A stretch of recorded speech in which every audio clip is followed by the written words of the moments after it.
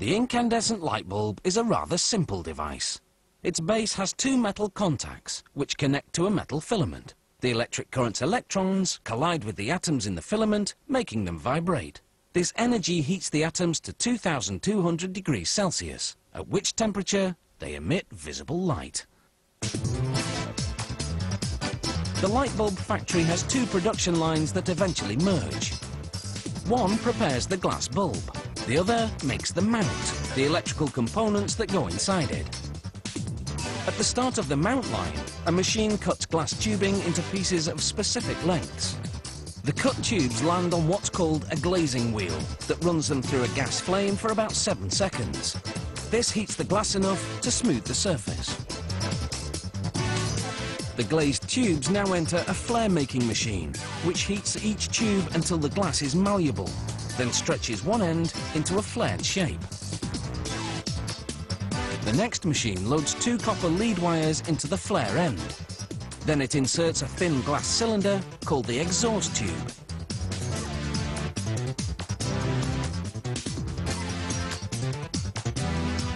A trip through a series of progressively hotter flames softens the tubes. A press then moves in to squash them, encasing the wires in glass.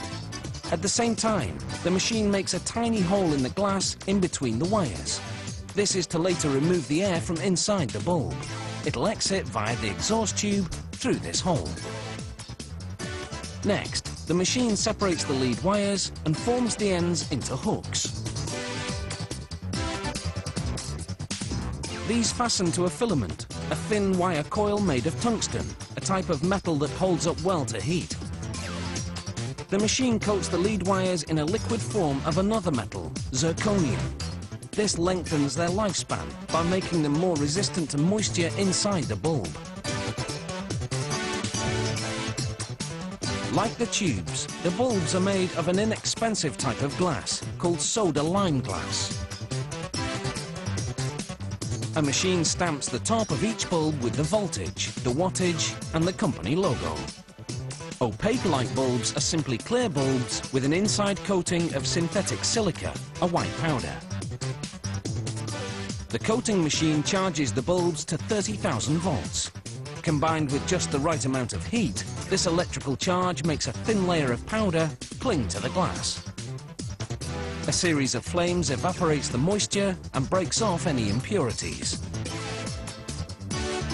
As the two production lines merge, a bulb goes over each mount.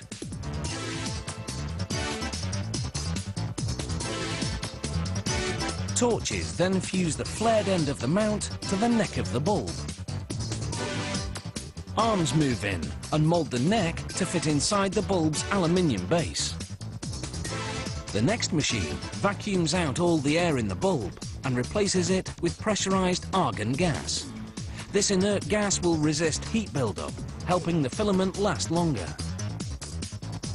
After bending the lead wires out of the way, torches melt and seal off the glass exhaust tube, locking the argon gas inside. The bulb would now be fully functional if connected to an electrical current, but it needs a base in order to screw it into the socket of a light fixture. The base is made of aluminium.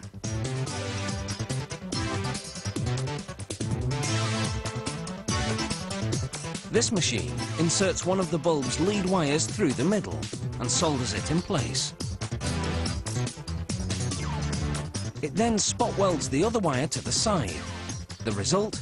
2 base contacts to line up with 2 socket contacts.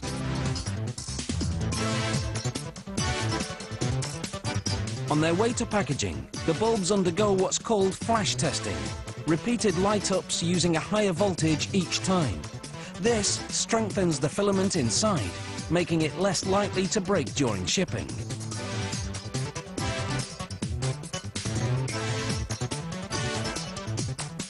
The bulbs are repeatedly tested.